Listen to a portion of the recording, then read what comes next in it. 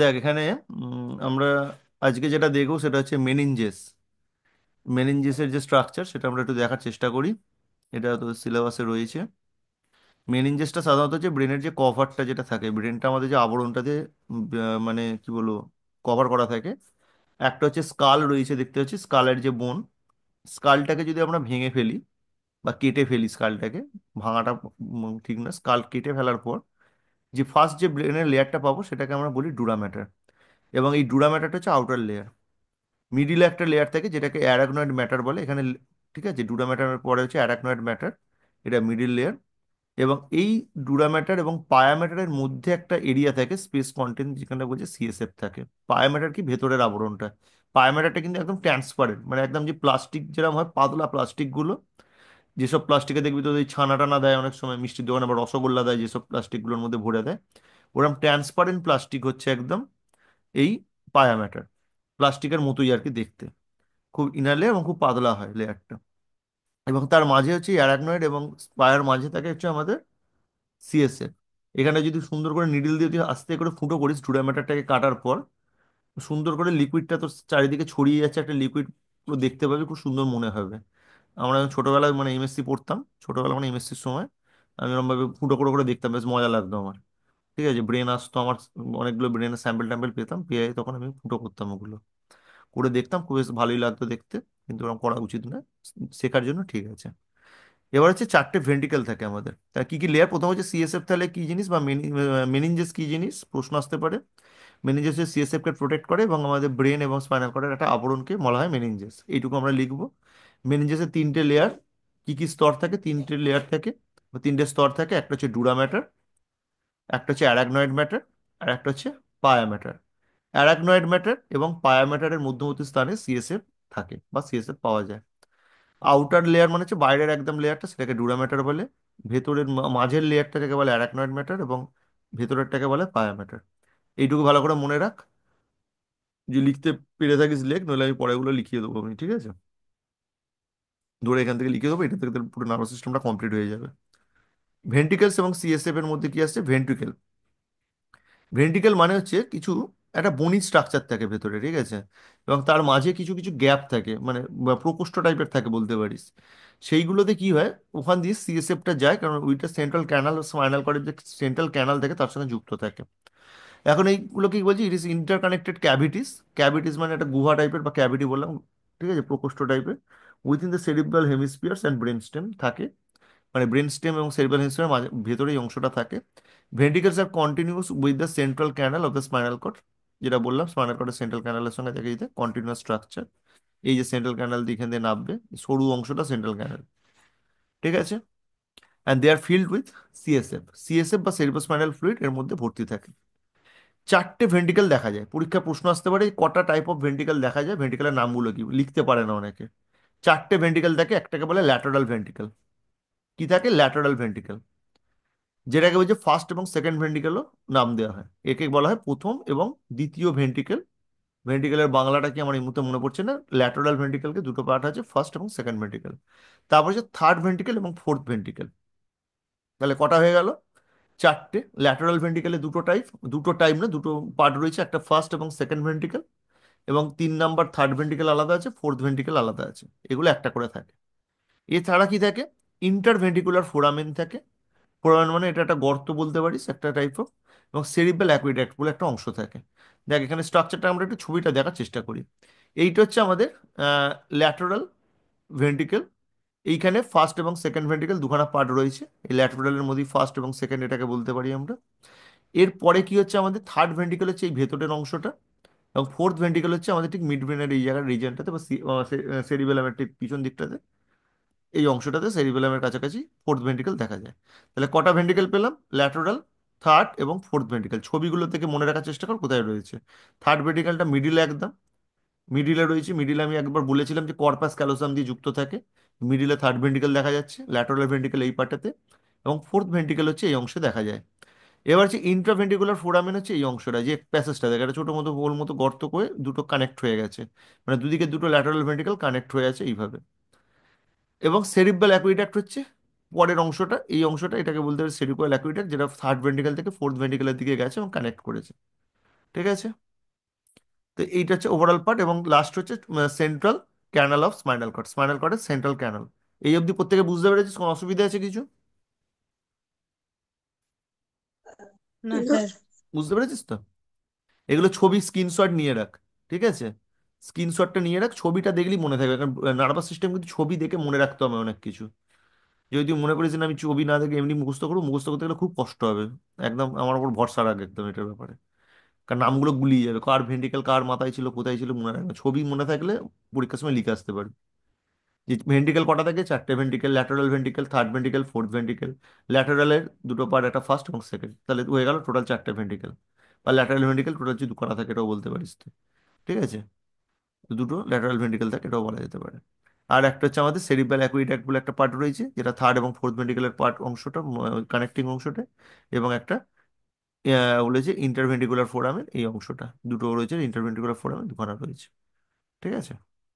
এবার এটাকে সাইড দিয়ে যদি দেখা যায় না, সাইড দিয়ে দেখলে অনেক সময় এটাকে একটাই মনে হয়, দুটো মনে হয় না, তখন এখানে কি হয়, এই যে ল্যাটারাল ভেন্ট্রিকেল যে পার্টটা দেখা যাচ্ছে, সেই ল্যাটারাল ভেন্ট্রিকেলটাকে পুরোটাকেই, মানে এই দুটোকে নিয়ে তখন একসাথেই বলা হয় ফার্স্ট এবং সেকেন্ড ভেন্ট্রিকেল বলে বলা হয়, ফার্স্ট এবং সেকেন্ড বলে। যাই হোক, এবার চলে আয় এখানে। আমরা এবার চলে আসছি যে এখানে করোনাল সেকশন করা হয়েছে, দেখ একটা সেকশন করেছি সিএসএফটা কোথা দিয়ে ফ্লো করে। সেপ্টাম পেলুসিডাম বলে একটা এরিয়া থাকে এখানে। থার্ড ভেন্ট্রিকেল এখানে আমি আগে বলেছি, এটাকে বলেছি যে অ্যাকুইডাক্ট, যেটা মিড ব্রেনের এই যে অংশটা, যেটা সেরিব্রাল অ্যাকুইডাক্ট বলা হয়। ঠিক আছে? Aqueduct of mid brain. হ্যাঁ। আর এইখানে হচ্ছে আমাদের ফোর্থ ভেন্ট্রিকেল। আর এখানে ল্যাটারাল ভেন্ট্রিকেল, ল্যাটারাল ভেন্ট্রিকেল এই দুটো পার্ট দেখানো হয়েছে, দুটো অংশ ল্যাটারাল ভেন্ট্রিকেল। তো ইন্টারভেন্ট্রিকুলার ফোরামেন এই অংশটা, ইন্টারভেন্ট্রিকুলার ফোরামেন এই অংশটা রয়েছে। এটা আগে ছবিতে দেখলাম, সেন্ট্রাল ক্যানালটা এখানে খুব সুন্দর করে ছবি আঁকার মতো। পরীক্ষায় তোরা এই ছবিটা আঁকতে পারবি। এই ছবিটা আমার মনে হয় এক্সাম পারপাসে আঁকার জন্য বেটার। যদি প্রশ্ন দেয় পরীক্ষার সময় এঁকে দিয়ে চলে আসবে, এবং তলায় অবশ্যই মেনশন করবি যে করোনাল সেকশন অফ ব্রেন। ঠিক আছে? ব্রেনের করোনাল সেকশন করেই আমরা এটা দেখানোর চেষ্টা করেছি, এবং এটা একটা ফ্লোচার্ট টাইপ অফ ডায়াগ্রাম আঁকার জন্য পরীক্ষায় আইডিয়াল। এইটা আঁকা পসিবল হবে না, 3D টাইপের করে রেখেছে, দেখতে অনেকটা লাগছে। তো এই যে এইটা কিন্তু আঁকা অনেক ইজি, এঁকে নিতে পারবি। আর এখানে দেখা একটা জায়গা দেখানো হয়েছে যেটাকে বলেছি inferior horn of the lateral ventricle, এটাকে ইনফেরিয়র হর্ন বলা হয়। এখানে একটা ছোট মতো একটুখানি সিএসএফ ফ্লো করে। তো যাই হোক, এইটুকু হচ্ছে অংশ। সিএসএফ এবার কি জিনিস, আমরা সিএসএফ পরীক্ষা প্রশ্ন দেয় যে সিএসএফ কি, সিএসএফ এর টোটাল ভলিউম কত, সিএসএফ এর কাজ কি, সিএসএফ এর কম্পোজিশন কি, সিএসএফ কোন প্রসেস এ তৈরি হয়, এইগুলো সমস্ত প্রশ্ন আছে পরীক্ষায়। সিএসএফ থেকে একটা আলাদা করে পুরো প্রশ্ন পরীক্ষার সময় দেয়, যে সিএসএফ এর বিস্তারিত আলোচনা করো সিএসএফ নিয়ে। তো আমরা তাকে এখানে দেখি সিএসএফ বলছে একটা ক্লিয়ার কালারলেস লিকুইড, যেটা প্রাইমারিলি ওয়াটার দিয়ে তৈরি, এবং protect the brain and spinal cord from the chemical and physical injuries. আমি যেটা আগে তোকে বলেছিলাম যে মেকানিক্যাল বাফার হিসেবে কাজ করে। মেকানিক্যাল বাফার কথাটার অর্থ হচ্ছে আমার কোনো ইনজুরি বা আঘাত থেকে রক্ষা করা, এবং কেমিক্যাল ইনজুরি থেকেও সিএসএফ রক্ষা করে। ব্লাড সিএসএফ ব্যারিয়ার খুব ইম্পর্টেন্ট জিনিস, যেটা ডাইরেক্ট ব্রেনকে কানেক্ট করতে দেয় না, ব্রেন সিএসএফ ব্যারিয়ার বা ব্লাড সিএসএফ ব্যারিয়ার হিসেবে নামে ইউজ করা হয়। এবার দেখেন এখানে মেজরিটি অফ সিএসএফ প্রোডাকশন বলছে ফ্রম দ্য করোইড প্লেক্সাস, এই অংশটা খুব ইম্পর্টেন্ট, এই নামটা কিন্তু মনে রাখতে হবে। ঠিক আছে? ভেন্ট্রিকেলগুলোর মতো এই নামটাও মনে রাখতে হবে। করোইড প্লেক্সাস হচ্ছে সিএসএফ প্রোডাকশনের একটা মেজরিটি বলতে পারিস, মানে মেজর অ্যামাউন্ট অফ সিএসএফ কিন্তু প্রডিউসড হয় করোইড প্লেক্সাসে। এবং নেটওয়ার্ক অফ, এটা হচ্ছে একটা network of blood capillaries and the wall of the ventricle, ভেন্ট্রিকেলের কাছে একটা ব্লাড ক্যাপিলারির অনেকটা কানেকশন, অনেকগুলো ব্লাড ক্যাপিলারি থাকে, যেটাকে নিয়ে একটা করোইড প্লেক্সাস তৈরি হয়। স্ট্রাকচারটা একটু দেখানোর চেষ্টা করি। এই দেখ, এই হচ্ছে করোইড প্লেক্সাস, এই অংশটা। ঠিক আছে? একটু বড় করলে বোঝা যাবে, দেখা যাচ্ছে কি? এই যে যে লাল কালার অংশটা দেখেছি ব্লু এর উপরে, এটা হচ্ছে করোইড প্লেক্সাস, এই অংশটা হচ্ছে করোইড প্লেক্সাস। এই অংশটা, এইখানে থেকে একটা পার্ট রয়েছে, এটা হচ্ছে করোইড প্লেক্সাস। ঠিক আছে? এইখানে সিস্টারনা ম্যাগনা বলে একটা পার্ট, ক্যানাল টাইপের পার্ট রয়েছে। এবং যেখানে যেখানে এই ব্লু কালারটা করে রেখেছে, এইখান দিয়ে কিন্তু সিএসএফ ফ্লো করে। সিএসএফ পুরো এরিয়াটা কিন্তু এইখান থেকে বেরোয়, সিস্টারনা ম্যাগনা থেকে, ম্যাকনা থেকে বেরিয়ে পুরোটা ফ্লো করে এইভাবে। এবং একটা রোগ আছে যে রোগেতে দেখা যায়, পরীক্ষা ওটাতেও প্রশ্ন দেয়, যে হাইড্রোসেফালাস বলে একটা রোগ আছে, যেখানে কি সিএসএফ প্রোডাকশন বেড়ে যায় এবং সিএসএফ ড্রেনেজ হয় না। তার ফলে কি সিএসএফ বাড়তে বাড়তে ব্রেনের স্ট্রাকচার বড় হয়ে যায়। অনেক দেখবে, আমার যে কলেজে, আমরা শ্রীরামপুর কলেজে পড়তাম, ওখানে তো একটি ছেলে ছিল সাইকেল স্ট্যান্ডে থাকতো, তার হাইড্রোসেফালাস ছিল। তার মাথাটা খুব বড়, বিশাল বড় মাথা, আমার যে মাথার সাইজ তার থেকে ডবল সাইজের মাথা। এবং হাইড্রোসেফালাসে মাথার সাইজ বড় হয়ে যায়। অনেকের ছোট বয়সে জন্মানোর সময় হতে পারে, অনেকের বড় বয়সে আস্তে আস্তে ডেভেলপ করতে পারে। এবং এ কি করে, অক্সিজেন গ্লুকোজ এই ক্যারি করে সিএসএফ, এবং ব্লাড নিউরন নিউরোগুলো রাখতে তার যে দরকার প্রয়োজনীয়তা সেটাকে ফুল আপ করাতে হেল্প করে সিএসএফ কিন্তু।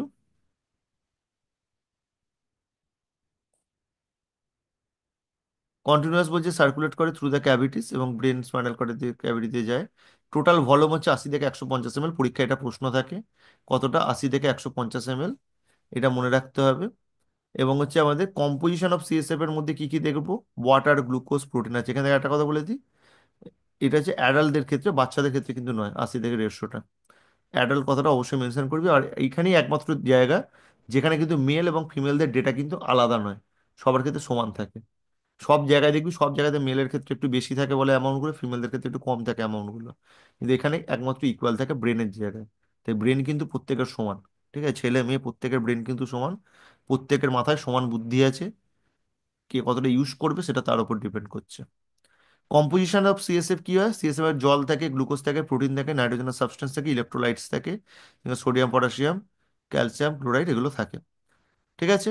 আর এখানে দুটো তাহলে টার্ম শিখলাম, নতুন টার্ম আমরা ভেন্ট্রিকেলের বাইরে গিয়ে lateral ventricle, third ventricle, fourth ventricle আগে পড়েছি, সেন্ট্রাল ক্যানাল আগে পড়েছি। নতুন দুটো টার্ম শিখলাম, সেটা হচ্ছে করোয়েড প্লেক্সাস, যেখানে মেজরিটি অফ সিএসএফ প্রডিউস করা হয়। আর একটা হচ্ছে সিস্টারনা ম্যাগনা, যেখান দিয়ে কি হয় গোটা ব্রেনের মধ্যে পুরো এরিয়াতে ছড়িয়ে যায় সিএসএফটা প্রোডাকশন হওয়ার পর। ঠিক আছে, মানে থ্রু ফোর্থ ভেন্ট্রিকেল এসে এটা পুরো ছড়িয়ে যায়, এবং এখান থেকেও কিছুটা কর্ড প্লেক্সাস থেকে তৈরি হয়ে এখানে আসে। তাহলে এটা হচ্ছে প্রসেসটা, প্রসেস অফ সিএসএফ। এবার হচ্ছে আমরা সিএসএফ প্রোডাকশনের প্রসেস কি বা সিক্রিশন কিভাবে হয়, যদি বলি প্রোডাকশন না সিক্রিশনটা ধরি, বলেছে এখানে সিস secreted by the choroid plexus with the cerebral ventricle, right এবং lateral by the ultrafiltration and active secretion from right lateral ventricle. এটা অ্যারো দিয়েছে third ventricle, fourth ventricle, subarachnoid space, absorb in the sinus, এবং এটা সাইনাসগুলোতে এলে absorb হয়ে যায়। তাহলে এই সিএসএফ এর যে টোটাল যে সিক্রেশন প্রসেস, এটা পরীক্ষা প্রশ্ন এলে আমরা এই ফ্লো চার্ট একটা যদি লিখে দেওয়া যায়, আমার মনে হয় কমপ্লিট হয়ে যাবে। প্রতিটা ভেন্ট্রিকল যাবে, সাব অ্যারাকনয়েড স্পেস এর আগে বলেছি আমি কোন জায়গাটা, অ্যারাকনয়েড ম্যাটারের ওই পায়া ম্যাটারের মধ্যবর্তী অংশটা, এবং সেখান থেকে সাইনাস মানে কিছু কিছু জায়গা থাকে যেখানে সাইনাস এরিয়া, সেখানে অ্যাবসর্ব হয়। সাইনাস এরিয়া কোনটা, এই এরিয়াগুলো যে নেমে গেছে নিচে নিচে একটু একটু, এগুলোকে বলতে পারি সাইনাস এরিয়া। ঠিক আছে, এগুলো নেমে আছে, বুঝতে পারছিস, এই দাগটা নেমে গেছে, ওরে সারা দিই। হ্যাঁ স্যার। হ্যাঁ, ঠিক আছে, এই যে নেমে যাচ্ছে এইটা হচ্ছে আমাদের কিছু কিছু এরিয়া থাকে যেখানে গিয়ে দেখা যায় অ্যাবজর্ব হয়ে যায় সিএসএফটা। যাদের এই অ্যাবজর্পশন হয় না তাদের ক্ষেত্রে ফুলে যাবে, ব্রেন ফুলতে থাকবে। ফাংশন কি, ব্রেন স্পাইনাল কর্ডকে সাপোর্ট করে, প্রোটেক্ট করে ব্রেন স্পাইনাল কর্ডকে। পরীক্ষার সময় এইভাবে লিখতে পারিস, maintain the pressure around the structure, যেটাকে ইন্ট্রাক্রেনিয়াল প্রেশার বলা হয়। ক্রেনিয়ামের প্রেশার ইন্ট্রাক্রেনিয়াল প্রেশার। ঠিক আছে, প্রেশারটাকে স্ট্রাকচারে মেনটেন করছে, এবং ব্রেন স্পাইনাল কর্ডকে ময়েস্ট করছে, ময়েশ্চারাইজার। আমরা কি করি, ময়েশ্চারাইজার ইউজ করি স্কিনে লাগানোর জন্য, কিন্তু ব্রেনেরকে ন্যাচারালি ময়েস্ট করছে কে, এই সিএসএফ। ব্রেনের মধ্যে কিন্তু ময়েশ্চার দরকার, ড্রাই হয়ে গেলে মুশকিল, শুকনো ব্রেন কিন্তু মোটেও ভালো নয়। Convey the nutrition to the brain and spinal cord, remove the waste product in the brain and spinal cord। Brain এবং স্পাইনাল কর্ড থেকে ওয়েস্ট প্রোডাক্টকে রিমুভ করা, এটাও একটা মেথড, যে মেথডের মাধ্যমে আমরা কিন্তু মোটামুটি ভাবে মানে বলতে পারি যে সিএসএফ একটা মেজরিটি রোল প্লে করে। যাদের দেখবি ব্রেনের মধ্যে অনেক সময় হয় না, কিছু কিছু রোগে দেখবি আস্তে আস্তে নেতিয়ে যায়, মানুষের জ্ঞান থাকে না, যেমন লিভার ফেলিওর হলে বা দীর্ঘদিন ধরে পটি না হলে বা সেপসিস জাতীয় ক্ষেত্রে ব্লাডেতে অ্যামোনিয়া বেড়ে যায়, অ্যামোনিয়া বেড়ে গেলে কিন্তু ব্রেনে চলে যায়। তো সেই অ্যামোনিয়াকে অনেকাংশে দেখা যায় যে অ্যামোনিয়ার সাথে সাথে বেড়ে যাওয়ার সাথে সাথে ব্রেন কিন্তু কোমায় চলে যায় না, ব্রেনটা নিস্তেজ হয়ে পড়ে, সে আর উঠতে পারছে না, নিস্তেজ হয়ে যাচ্ছে, সবসময় ঘুমাচ্ছে। তো এই জায়গাটাগুলো কি করে, সিএসএফ কি করে, ওয়েস্ট প্রোডাক্টটাকে কন্টিনিউয়াসলি বডি থেকে রিমুভ করার চেষ্টা করে। কিন্তু একটা সার্টেন টাইম অবধি তুই যদি ট্রিটমেন্ট না করিস, অ্যামোনিয়া কমানোর চেষ্টা না করিস, তাহলে কিন্তু তখন আর কিছু করার থাকে না, তখন কিন্তু ব্রেনটা কোমায় চলে যাবে। তাই ব্রেনকে কমায় যাওয়ার হাত থেকে কোনো রকম পয়জনিং হলে বা কিছু হলে সেখান থেকে বাঁচানোর জন্য কিন্তু সিএসএফ খুব চেষ্টা করে ব্রেন এবং স্পাইনাল কর্ড দিয়ে কোনোভাবে থ্রু দিয়ে রিসাইকেল করে জিনিসগুলোকে বার করে দেওয়ার। কিন্তু সেটা একটা সার্টেন টাইম অবধি না করতে পারলে তখন তো প্রবলেম হবে। আচ্ছা, এখান থেকে দুটো তিনটে চারটে প্রশ্ন আরো আসে। একটা হচ্ছে এপিডিউরাল স্পেস কাকে বলে, পরীক্ষার প্রশ্ন লিখে রাখতে পারিস, এপিডিউরাল স্পেস কাকে বলে। ঠিক আছে, এটা যে space is the superior to the dura matter, dura matter ওখানে যে স্পেস থাকে সেটাকে এপিডিউরাল স্পেস বলা হয়। সাবডিউরাল হচ্ছে ডুরা ম্যাটার এবং অ্যারাকনয়েড ম্যাটারের মধ্যে। মানে অ্যাকচুয়াল প্রথমটা হচ্ছে বলতে পারিস যে ডুরা ম্যাটারের কাছে একটা স্কাল থাকে, স্কালের যে স্ট্রাকচার এবং ডুরা ম্যাটার এই দুটোর মধ্যে যে অংশটা, সেটাকে এপিডিউরাল স্পেস বলা যেতে পারে। সাবডিউরাল হচ্ছে আমরা বলতে পারি যে ডুরা ম্যাটার এবং অ্যারাকনয়েড ম্যাটার। তারপর হচ্ছে সাব অ্যারাকনয়েড, এটা তো বললাম যে অ্যারাকনয়েড ম্যাটার এবং পায়া ম্যাটারের মধ্যে, যার মধ্যেই সিএসএফ ভর্তি থাকে, এবং এখানেই সাইনাসগুলো থাকে, যে সাইনাস দিয়ে সিএসএফ অ্যাবজর্ব হয়ে যায় এবং সিএসএফ এর টোটাল সাইকেলটা কমপ্লিট হয়। এবং এখানে প্রচুর পরিমাণে ব্লাড ভেসেলস থাকে যেটা ব্রেনেতে সাপ্লাই দেয়। যাদের মনে রাখবি সাব অ্যারাকনয়েড স্পেস বা আমাদের এই পায়া ম্যাটারের যদি কোনো ব্লাড ভেসেলে যদি ব্লকেজ থাকে এবং যদি স্ট্রোক হয়, তা সেক্ষেত্রে কিন্তু খুব ম্যাসিভ স্ট্রোক সেগুলো। এবং এই টাইপের স্ট্রোকগুলো কিন্তু দেখা যায় ব্রেনের কিন্তু অনেকাংশ ড্যামেজ হয়ে যেতে পারে। কারণ পায়া ম্যাটার কিন্তু অনেক ব্লাড ভেসেল থাকে, এবং যদি কোনো একটা জায়গায় ব্লক হয়ে যায়, পুরো অনেকটা এরিয়া যদি ব্লাড সার্কুলেশন বন্ধ হয়ে যায় বা ক্লটটা ঘুরে ঘুরে বিভিন্ন জায়গায় বন্ধ করতে থাকে, তাহলে কিন্তু মুশকিল হয়। আর ডুরা ম্যাটারে ম্যাক্সিমাম দেখা যায় যে আমাদের ব্রেন স্ট্রোক, ডুরা ম্যাটারে ব্লাডেও যদি কোনো কারণে স্ট্রোক হয় কোনো মেজর কোনো আর্টারিতে, তাহলে সেক্ষেত্রেও কিন্তু ব্রেনে ইনিশিয়াল একটা ড্যামেজ হবে এবং ট্রিটমেন্ট দরকার তখন। ঠিক আছে। দেখ তাহলে এখানে কি কি বললাম, চারটে জিনিস: epidural space, subdural space, subarachnoid space, এবং হচ্ছে কি বললাম, হ্যাঁ তিনটেই তো বললাম, সাব অ্যারাকনয়েড স্পেস। ঠিক আছে। এই তিনখানা জিনিস তাহলে আমাদের মোটামুটি মনে রাখতে হবে। তোরা কি এগুলো লিখেছিস? কোশ্চেন যেগুলো বলছিলাম লিখেছিস বলতে বলতে? নোট করেছিস কোশ্চেনগুলো? কি রে, হ্যাঁ স্যার, করেছি। নোট করেছিস তো? হ্যাঁ, কোশ্চেনগুলো নোট করে রাখ। এবার দেখে ব্রেনটার স্ট্রাকচারটা, এটা আগেও দেখিয়েছি তোদের ক্লাসে, আমি অনেক সময় বলেছি। থ্যালামাস রয়েছে, কর্পাস ক্যালোসাম। কর্পাস ক্যালোসামটা খুব ইম্পর্টেন্ট জিনিস। এই যে কর্পাস ক্যালোসামের কাজ হচ্ছে, মেন কাজ হচ্ছে দুটো হেমিস্ফিয়ারকে কানেক্ট করে রাখা। আমাদের যে সেরিব্রাল হেমিস্ফিয়ার দুটো আলাদা আলাদা থাকে, দুখানা আলাদা হয়ে বসে থাকে, তো দুটো ব্রেন দুটো আলাদা পার্টে থাকে। এই ভেতর থেকে এটা কি করে, এই কর্পাস ক্যালোসাম এই দুটো পার্টকে যুক্ত রেখে দেয়। তাই এর গুরুত্ব কিন্তু খুব বেশি। পিটুইটারি গ্ল্যান্ড থেকে একটা ছোট্ট মতো ব্রেনে রয়েছে, যে কি করছে গোটা বডিতে কন্ট্রোল করছে হরমোন সিক্রেশন করে। ঠিক আছে। ব্রেন স্টেমের মধ্যে এই যে অংশটা, তিনটে পার্ট থাকে। একটাকে বলে মিড ব্রেন, পন্স এবং হচ্ছে মেডালা। তো কি কি থাকে, একটা মিড ব্রেন, পন্স এবং মেডালা, তিনটে পার্ট নিয়ে আমাদের ব্রেন স্টেম তৈরি। ব্রেন স্টেমের মধ্যে ফার্স্ট অংশটাকে বলছি মিড ব্রেন, যেটা একদম ক্লোজ টু দা বলতে পারি সেরিব্রাল কর্টেক্স, সেটা হচ্ছে আমাদের মিড ব্রেন। তারপর হচ্ছে পন্স, তারপর হচ্ছে মেডুলা। মেডালা, এটাকে মেডালা অবলঙ্গাটা বলা হয়। এবং তারপর থেকে স্পাইনাল কর্ড শুরু হয়ে যায়, এবং ব্যাকে দেখে একটা গ্রিন কালার দেওয়া আছে, যেটা আমাদের সেরিবেলাম। সেরিবেলাম কিন্তু আমাদের সাইজে ছোট হয়। যারা জুওলজি, তুই শ্রীময়ী বলতে পারবি, জুওলজিতে আমি বলেওছিলাম আগে, মনে আছে পায়রার দেখবি যে সেরিবেলাম, সেটা কিন্তু সাইজে অনেক বড় ওদের ব্রেনের থেকে।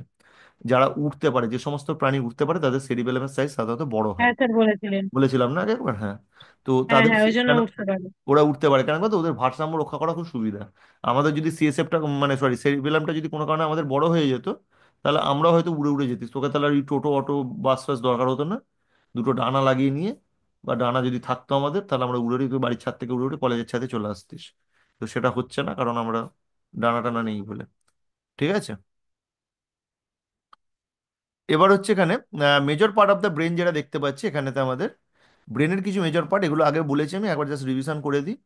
যে টেলেনসেফালন বলা হয়, যেটাকে সেরিব্রাম বলা হয় বা সেরিব্রাল হেমিস্ফিয়ার বলে। ডায়েনসেফালন হচ্ছে থ্যালামাস, হাইপোথ্যালামাস এটা হচ্ছে এপিথ্যালামাস, ব্রেন স্টেম হচ্ছে মেডালা অবলঙ্গাটা, পন্স এবং মিড ব্রেন। এই মিড ব্রেনটাকে বলা হয় মেসেনসেফালন বলা হয়, মিড ব্রেনটাকে। মিড ব্রেনটাকে বলা হয় মেসেনসেফালন। ঠিক আছে। তো ব্রেন স্টেমে হচ্ছে মেডুলা অবলঙ্গাটা, পন্স এবং মিড ব্রেন, এই তিনটে পার্ট। এর আগে আমি বললাম তিনটে পার্টকেই এখানে দেখানো হচ্ছে। ব্রেন স্টেম বলে একটা দেখেছে দেখো অংশ, সেরিবেলাম এই অংশটা, লাস্টের অংশটা ব্যাক সাইডে থাকে সেরিবেলাম আমাদের মাথার পিছন দিকে। এবং বাকিটা হচ্ছে ডায়েনসেফালনের মধ্যে কারা কারা পড়ে, থ্যালামাস, হাইপোথ্যালামাস এবং এপিথ্যালামাস।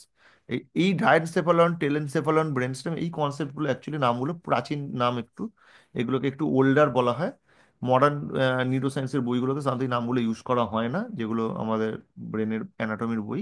সেখানে ওরা কিন্তু সেরিব্রাম বা সেরিব্রাল কর্টেক্স বা থ্যালামাস, হাইপোথ্যালামাস, এপিথ্যালামাস, এই টাইপের টার্মিনোলজিগুলোকে ইউজ করে বেশি। ঠিক আছে। এবার হচ্ছে সেরিব্রাল হেমিস্ফিয়ারের মধ্যে আমরা যদি চলে যাই, শুধু সেরিব্রাল হেমিস্ফিয়ারটাকে যদি দেখি আমরা, হেমিস্ফিয়ার মানে সেরিব্রামের স্ট্রাকচারটা, সেখানে আমরা কিছু অংশ পাবো। একটা অংশ হচ্ছে ফ্রন্টাল লোব। ফ্রন্টাল লোবের কাজ আমি আগেও বলেছিলাম, তোদের মনে লেখানো ছিল।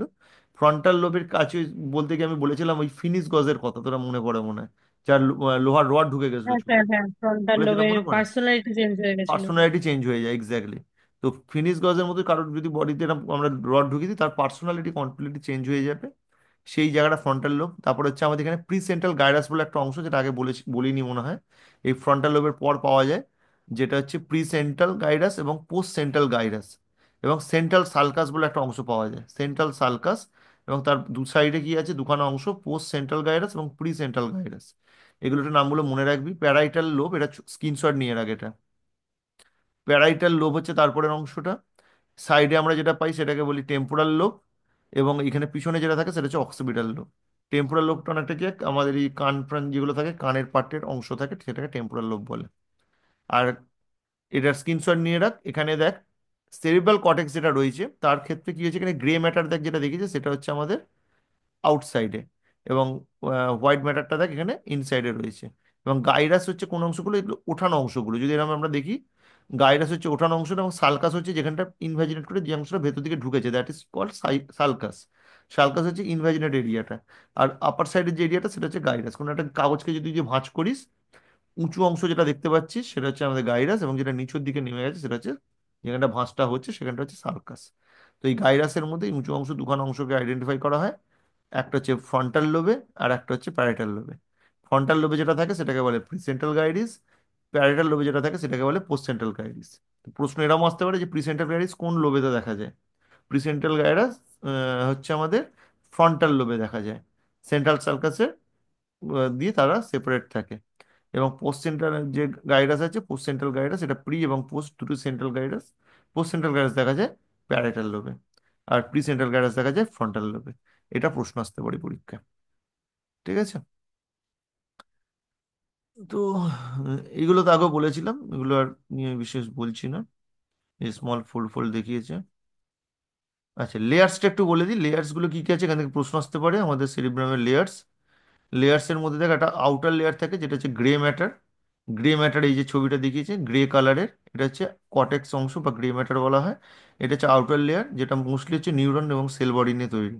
মানে নিউরনের সেল বডি নিয়েই এটা তৈরি, সেলের যে বডিটা থাকে সেটা নিয়ে তৈরি। আর আমরা হোয়াইট ম্যাটার থাকে যেটা হচ্ছে নার্ভ ফাইবার, যেগুলো হচ্ছে ফাইবার ট্র্যাক্ট, এগুলো থাকে ইনসাইড দ্য গ্রে ম্যাটারে। And deep within the brain, যত ব্রেনের ডিপে যাব, আর connected to the mass of the white matter call the corpus callosum. ঠিক আছে, তত ভেতরেতে কর্পাস ক্যালোজাম থাকে এবং হোয়াইট ম্যাটার শুরু হয়। বোঝা গেল? আচ্ছা, এখানে আরো 10 মিনিট সময় আছে বলছে, তারপর এটা আবার বন্ধ হয়ে যাবে নাকি? ও, তো এখানে হোয়াইট ম্যাটার তাহলে দেখালো নার্ভ ফাইবার গুলো যেগুলো থাকছে ইনসাইডের, নার্ভ ফাইবার ট্র্যাক থেকে ইনসাইড দ্য গ্রে ম্যাটারে দেখা যাচ্ছে, যেগুলো সেখান থেকে কি হচ্ছে সেল বডির পরের যে অংশটা, সেটা অংশগুলো হোয়াইট ম্যাটারে পাওয়া যায়। এখানে কোনো ছবি যদি থাকে আমি একটু দেখানোর চেষ্টা করি। দাঁড়া। আচ্ছা, ছবির পরে আর আগে একটা অংশ হচ্ছে, এইটা কিন্তু পরীক্ষার প্রশ্ন দেয় যে ওয়ার্নিক্স এরিয়া কি। ঠিক আছে, সেরিব্রাম বা সেরিব্রাল কর্টেক্সের ওয়ার্নিক্স এরিয়া কি পরীক্ষার প্রশ্ন থাকে। এটা স্পিচ ল্যাঙ্গুয়েজ রিজিয়ন বলে, আমাদের যে কথা বলতে পারা এবং ল্যাঙ্গুয়েজ ফর্ম করা এই ওয়ার্নিক্স এরিয়াতে হয়। অনেক দেখবি বাচ্চারা ডেলিতে ডিলে হয় তাদের কথা বলতে, বা অনেকে কথা বলতে গিয়ে তুই যদি কাদের কথা বলতে বলিস, কোনো স্টেজে তুলে দিলি বা কোনো জায়গায় বলতে বললি, তারা কথা বলতে গিয়ে খুব একটা ভালো করে বলতে পারে না। তখন এই ওয়ার্নিক এরিয়াতে কিছু প্রসেসিং এর প্রবলেম হতে পারে, সেগুলো স্পিচ ল্যাঙ্গুয়েজের প্রবলেম। অনেকে দেখবি কথা বলতে কারোর সাথে কথা বলতে গেলে, কোনো অচেনা লোকের সাথে কথা বলতে গেলে মানে বলতে পারছে না, খুব লজ্জা পাচ্ছে। এরকম লোকজন দেখেছিস তোরা? হুম। হ্যাঁ স্যার, এরকম হয় লোকে। হয় না? চুপচাপ থাকে দেখবি, কথা বলছে না, কারোর সঙ্গে কথা বলতে পারে না, কোনো কিছু ব্যাপারে কথা বলতে গেলে কি ভাবছে, তার ব্রেনেতে হাজার একটা প্রসেসিং হচ্ছে, ভয় পেয়ে যাচ্ছে, হার্ট রেট বেড়ে যাচ্ছে। তুই কাউকে স্টেজে তুলে দিয়ে কথা বলতে যাবে, গিয়ে খুব ভয় পেয়ে যায়, স্টেজে তুলতে গেলে এটা খুব কমন দেখা যায়। বা অচেনা কোনো লোকের সাথে কথা বলতে গেলে তারা খুব ভয় পায়। তো এই যে ভয়ের যে ব্যাপারগুলো, এইগুলো কিন্তু অ্যাকচুয়ালি ওয়ার্নিক্স এরিয়াতে প্রসেস হয়, এবং এটাও একটা ব্রেনের একটা মানে বলতে পারিস ফাংশন। এই স্পিচ ল্যাঙ্গুয়েজ, মানে স্পিচ ল্যাঙ্গুয়েজ আমি জানি, কিন্তু সেটা আমি ব্যক্ত করতে পারছি না, বলতে পারছি না। Interprets the meaning of the speech or the recognisable spoken word. আমি ইন্টারপ্রিট করতে পারছি না, আমাকে এমন আমি ঘাবড়ে গেছি, কি বলছি আমি বুঝতে পারছি না। ঠিক আছে, কোনো কিছু কথা বলছি সেটা বুঝতে পারছি না, সেই জিনিসগুলো কিন্তু ওয়ার্নিক্স এরিয়াতে করে। যারা দেখবি, যখন দেখবি কোনো কোনো জায়গাতে কোনো অচেনা লোকজন কেউ থাকে, তখন তার সঙ্গে কথা বলতে গিয়ে এরকম অনেকে আটকে যায়, বলতে গিয়ে ভাবে কি বলবো, কি বললে কি হবে বুঝতে পারছে না। তো এই টাইপের জিনিসগুলো, বা স্টেজে উঠে কোনো জায়গায় পারফর্ম করতে যাওয়া, কোনো প্রোগ্রামে যাওয়া, সেক্ষেত্রেও কিন্তু এই সমস্যাগুলো সাধারণতভাবে দেখা যায়। বুঝতে পারলি? এবার হচ্ছে প্রিফ্রন্টাল কর্টেক্স, এটা হচ্ছে কনসার্ন উইথ দ্য বলছে makeup of the person's personality, যেটা আগেও বলেছিলাম, ইন্টালেক্ট, কমপ্লেক্স লার্নিং অ্যাবিলিটিস। কে কতটা লার্ন করবে, কমপ্লেক্স লার্নিং নিতে পারবে, সেটাও কিন্তু ডিপেন্ড করছে আমাদের এই প্রিফ্রন্টাল কর্টেক্সের উপর। যদি প্রিফ্রন্টাল কর্টেক্স ঠিক থাকে তাহলে লার্নিং অ্যাবিলিটি ভালো হবে। জাজমেন্ট করা, যারা জাজ হয় বা যারা জাজমেন্ট দেয়, কোনো কিছুকে জাজ করা, কোনো সিচুয়েশনকে জাজ করা, কোনো সিচুয়েশনের যে একটা দিক আছে, দুটো তিনটে দিক আছে, সেই দিকগুলোকে বিচার করা, এইগুলো কিন্তু প্রিফ্রন্টাল কর্টেক্সের উপর ডিপেন্ড করে। যদি কোনো সিচুয়েশনে কোনো একটা আমি কাজ কাউকে করতে বললাম, সেই কাজটা আমি বুঝলাম যে কতটা করা পসিবল এবং কতটা পসিবল নয়, কতটা রিয়েলিস্টিক নয়, সেই জিনিসটা ভাবা চিন্তা করা, এগুলো হচ্ছে জাজমেন্ট। ঠিক আছে, জাজমেন্টাল। বা কোনো একটা সিচুয়েশন ঘটেছে, সেটা নিশ্চয় জাজ জাজ কি করছে, কোর্টে বসে একটা জাজমেন্ট দিচ্ছে কোনো একটা কেসের। তো সেই সব অ্যাবিলিটিগুলো প্রিফ্রন্টাল কর্টেক্স থেকে আসছে। এছাড়া ফিউচারের প্ল্যানিং, এখন দেখবি প্রিফ্রন্টাল কর্টেক্স নিয়ে লোকে খুব অ্যাক্টিভ, ফিউচার প্ল্যানিং করে করে লোকে ফিউচার, মানে প্রেজেন্ট পাস্ট প্রেজেন্ট ফিউচার সব শেষ হয়ে যাচ্ছে, শুধু ফিউচারের প্ল্যানিং করে চলেছে কি হবে। হ্যাঁ, এছাড়া যে মুড, আমাদের মুডের যে চেঞ্জ হয়, কারণ মুড খারাপ হয়ে যাচ্ছে, ডিসঅর্ডার, এগুলো মুড ডিসঅর্ডারগুলো প্রিফ্রন্টাল কর্টেক্সে হয়। এছাড়া লিম্বিক সিস্টেমেরও অনেকটা ইনভলভমেন্ট আছে এই এরিয়াতে। এবং জেনারেল ইন্টারপ্রিটেশন এরিয়া আছে receive the impulse from the all above the area, সেটা নর্মাল কমন জিনিস বলেছে। ঠিক আছে, তো এখান থেকে এই প্রশ্নগুলো আসতে পারে। আমরা একটুখানি এবার যেটুকু সময় আছে থ্যালামাসটাকে একটু দেখার চেষ্টা করি, থ্যালামাসটা সম্বন্ধে দেবো। থ্যালামাস থেকে কিন্তু পরীক্ষায় প্রশ্ন আসে ভালো মতো। থ্যালামাস হচ্ছে 80% অফ দ্য ডায়ানসেফালন, মানে ডায়ালসেফালের যে আমাদের মিড ব্রেন, মানে যেটা মধ্যবর্তী অংশটা বলেছিলাম ব্রেনে থাকে। এবং এটা হচ্ছে ওভারঅল বলছে মাসেস অফ গ্রে ম্যাটার নিয়ে তৈরি। এটা রিলে সেন্টার বলা হয়, খুব ইম্পর্টেন্ট টার্ম, এই রিলে সেন্টার বলা হয় একে। রিলে সেন্টার কেন বলে, যত সেন্সারি ইনপুট এখানে এসে রিচ করে এবং সেখান থেকে হয়ে সেরিব্রাল কর্টেক্সে যায়। মানে যত ট্রেন ধর একটা স্টেশনে এলো, সেখান থেকে আবার গিয়ে অন্য স্টেশনে গেল, তাহলে সেরিব্রাল যে রয়েছে কর্টেক্সে যাওয়ার আগে থ্যালামাসে এসে সমস্ত সেন্সারি নার্ভ ফাইবার মিট করে। এই জন্য একে বলা হয় রিলে সেন্টার। থ্যালামাস হচ্ছে major relay station for the most sensory impulses that reach the primary sensory areas of the cerebral cortex of the spinal cord and brain stem. থ্যালামাসকে বলে major relay centre বলা হয় sensory ইম্পালসের জন্য, যেটা reach করে primary sensory area of the cerebral cortex, সেরিব্রাল কর্টেক্সের primary sensory এরিয়াতে রিচ করে যেটা। ঠিক আছে, স্পাইনাল কর্ড এবং ব্রেন স্টেম থেকে যত নার্ভ ফাইবার সব গিয়ে ওখানে রিলে হয়ে ওখানে পৌঁছাবে। Thalamus also relay the nerve impulses between the different areas of the cerebrum. সেরিব্রামের বিভিন্ন এরিয়া থেকে যে নার্ভের কানেকশনগুলো সেগুলো থ্যালামাস হয়ে যাচ্ছে, এবং থ্যালামাস এই মেনটেন করছে এটাকে। এবং এ কি করে, আমাদের কনসিয়াসনেস মেনটেন করে, আমরা কতটা কনসিয়াসলি কোনো কাজ করছি বা কতটা কনসিয়াস কোনো সিচুয়েশনে, সেটা কিন্তু থ্যালামাস কন্ট্রোল করে। কেউ ধর কোনো সিচুয়েশনে আছে, বসে আছে, ভাবছে সে কি হচ্ছে বুঝতে পারছে না, তার মানে সে কনসিয়াস নয় ব্যাপারটাতে। তাই সেটা তার মন নেই, সেই জিনিসটাতে কনসিয়াস নেই, মন নেই, এই কথাগুলো ইউজ করে, সেগুলো কিন্তু থ্যালামাসের রিলে সেন্টারের প্রবলেম। ওই ব্রেনের মধ্যে প্রসেসিং এ গন্ডগোল হচ্ছে। তোকে যদি একটা, আমি একটা 2 জিবির র্যাম লাগানো তোকে একটা মোবাইল ফোন দিই এবং তাতে প্রচুর ডেটা ভরে দিই, হার্ড ডিস্ক আমি স্টোর করে দিলাম তাকে 512, কত আছে এখন, 2 জিবি, তাহলে তুই কি করবি, তুই সেটাতে প্রসেস করাতে পারবি না।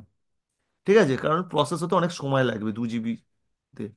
র্যামেতে, র্যাম হচ্ছে র্যান্ডম অ্যাক্সেস মেমোরি, যেটা তেমনি ব্রেনের মধ্যে রিলে সেন্টারের মধ্যে যদি দেখা যায় ইম্পালস যাতায়াতের অসুবিধা হয় বা প্রচুর ইনফরমেশন চলে আসে, তখন কিন্তু ব্রেনও হ্যাং করতে পারে, অনেক কিছু মানুষ আর বুঝতে পারে না।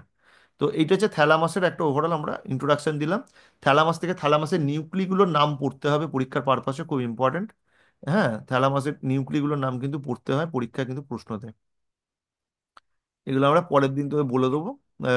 আর আমি একটা পরে কিছু জেরক্স বা কিছু দিয়ে দেবো যেখান থেকে পেয়ে যাবি। ঠিক আছে, দেখ বোঝা গেছে পুরো জায়গাটা, না কোনো কোনো অসুবিধা রয়েছে কিছু? বুঝেছি স্যার। বুঝলি তো, মোটামুটি এগুলোতে প্রশ্ন, এরকম টাইপের প্রশ্ন থাকবে। তোদের যেটা করতে হবে, নামগুলোকে বারে বারে মুখস্থ কর। সময় কিন্তু খুব কম, বেশি আর টাইম নেই। পরীক্ষা কিন্তু এসে যাবে, আর হয়তো জানুয়ারি মাসে, ফেব্রুয়ারি শেষের দিকে বা মার্চের দিকে তো পরীক্ষা হয়ে যাবে। তো পরীক্ষা বেশি টাইম পাওয়া যাচ্ছে না, 1-1.5 মাসের মধ্যে পরীক্ষা হবে। তো এই পুরোপুরিভাবে পড়ে ফেলতে হবে, যাতে কোনো রকম ভাবে কোনো সাপ্লি টাপলি কিছু না আসে। ঠিক আছে, আর সেটা এসে গেলে কিন্তু ভয়ানক ব্যাপার এই সেমিস্টারে যদি এসে যায়। তো ভালো করে পড়াশোনাটা করতে হবে এবং লিখে লিখে একটু নামগুলোকে লিখে লিখে প্র্যাকটিস কর। যে কটা নাম আছে এই ছবিটাকে একটু স্ক্রিনশট নিয়ে নে। এই ছবিটার মধ্যে সবটা দেওয়া আছে, যেটা পড়ালাম এতক্ষণ ধরে পুরো জিনিসটা এই ছবিটাতে দেওয়া আছে। এটাকে স্ক্রিনশট নে।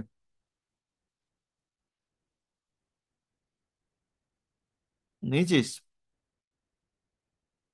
হ্যাঁ স্যার, নিয়েছি। ঠিক আছে, এই নামগুলোকে একটু মুখস্থ করে ফেলবি। আমি তোদের একটা দিয়ে দেবো কিছু তারপর। ঠিক আছে।